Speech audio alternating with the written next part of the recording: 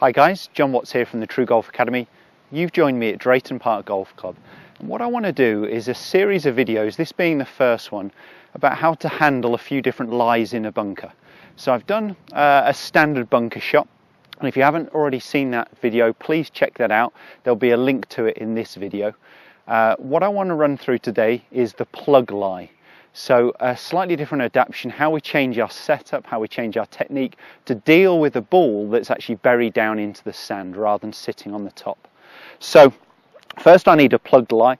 Now that's generally going to come about when the sand is quite soft and the bunker or the course has enough sand in the bunkers, and when the ball's coming in from some elevation. So generally when we're hitting our approach shot to the green, if we missed into a greenside bunker and the ball's coming in from some height, we can get a plug lie where the ball's sitting down into the sand.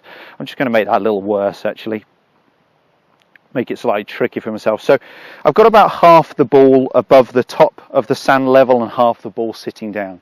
So what I really need is something where it's going to be digging more.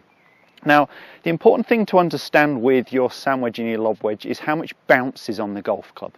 So bounce is the angle from the leading edge to the trailing edge. So on my club here, I've got a 58-degree tailor-made wedge, and it's got 10 degrees of bounce. And what that means is this point here, actually on the sole of the wedge, is 10 degrees lower than the leading edge. A traditional sand wedge is going to have 12, maybe 14 degrees of bounce, and normally a lob wedge, if you carry a 60 degree, is normally going to have about half of that, somewhere between 4 and 8 degrees generally on a 60 degree. Check out what bounce is on your wedge. If it doesn't say it on the wedge itself, maybe try and look it up online and see what there is. It's a good idea to try and carry more than one wedge that you can use out the bunker, and have one that's a higher bounce wedge and one that's a lower bounce wedge. Okay, so one with a higher bounce is going to help skim through the sand, so that's going to really sit or work really well when the ball's sitting up in the sand and there's lots of sand underneath the ball. And a lower bounce wedge is actually going to work when you need to dig more, so in a plug lie like we're going to tackle today, or if there isn't very much sand, which I'm going to do in a later video, where we again need that club to be digging into the sand a little bit more. We're never trying to take the ball cleanly, we're always trying to hit the sand.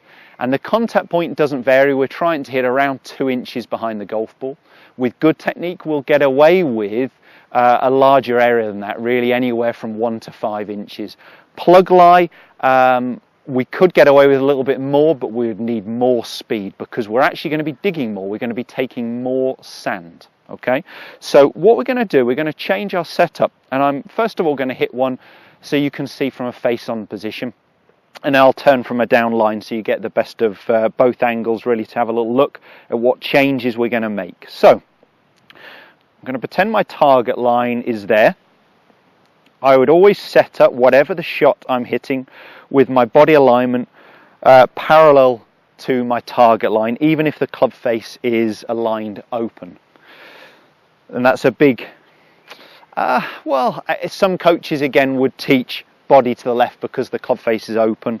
We know that actually the loft doesn't affect the direction until we get over 70 degrees. So we'd have to be really opening that club face for it to start affecting that direction. And even then it has quite a minimal impact. So I personally believe, as a lot of coaches do, that we really want our body to be pretty square to our target line rather than in an open position. Now, for all these shots, from a standard shot to a plug shot, my ball position isn't changing. So I'd play the ball just inside my lead heel. So for me as a right-handed player, that's my left heel. I would always flare my left toe out towards the target. By flaring that out, it helps me just push my knee over my toe and set a little bit more weight into my lead leg. I'm trying to hit around 2 inches behind the golf ball, and that doesn't really change even though I've got this plug lie. I'm still trying to hit around 2 inches. What I'd normally be doing is setting a little bit of more pressure on my left leg, so 60 to 70%, and I'd be making a nice rounded swing, more what we call a U-shaped swing, where the club stays relatively low for a little longer on the way back and through that impact zone to allow that club to skim. Now what I need here is a technique that's going to cause that club to dig, so it's more of a descending blow. I've got to actually try and get a couple of inches underneath this golf ball and it's already sitting an inch down into the sand. So I need that club to be digging a little bit more. So the first thing I'm going to do, if I've got a couple of wedge choices, I'm going to use my lower bounce wedge. Okay, that's going to allow it to dig more.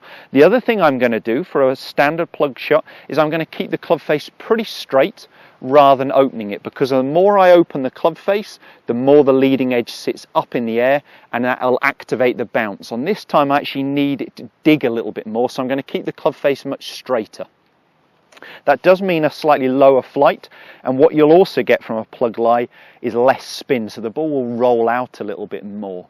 So you need to allow for that when you can, and try and get the ball to land just onto the green to release out. If it's a close pin, you might have to accept the fact that it's going to roll 15-20 feet past, depending on the speed of the green. Okay, so I've got the ball up near my left heel. I'm still trying to hit 2 inches behind, but what I'm going to do is set even a little bit more pressure over my lead leg, and I'm going to try and get my wrist to cock a little earlier to create more of a V-shaped swing, so it's a steeper angle up and down rather than that U-shaped swing that we're going to get on a normal bunker shot. I'm trying to create more of a V-shaped swing that's more up and down, so I really set that weight on my left side.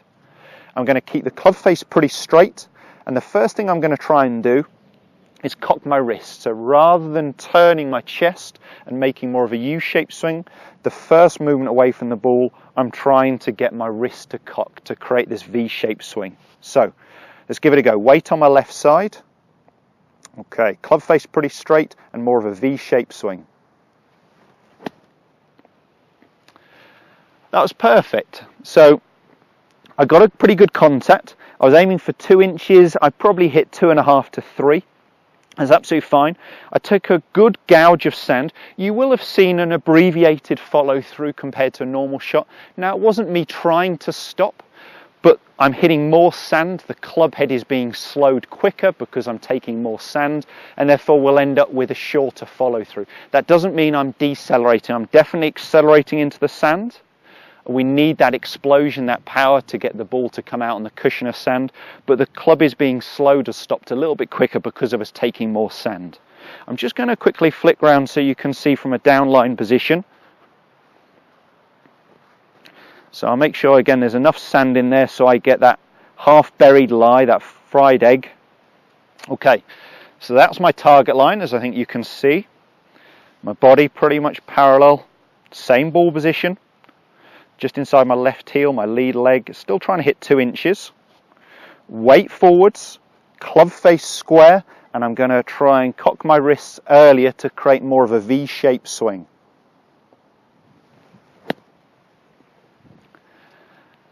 And I've been really happy with that. It's a little right of the flag, but about the right distance, and it's left me an 8-10 foot putt straight up the hill. Again, contact point was pretty good. So that's how to deal with a plug lie. I hope that video's helped. There are going to be some follow-up videos on dealing with bare lies, uphill and downhill, so please check out all those videos. Make sure you subscribe to the channel for free. We're now making content every Monday, Wednesday and Friday for you. Thanks, guys.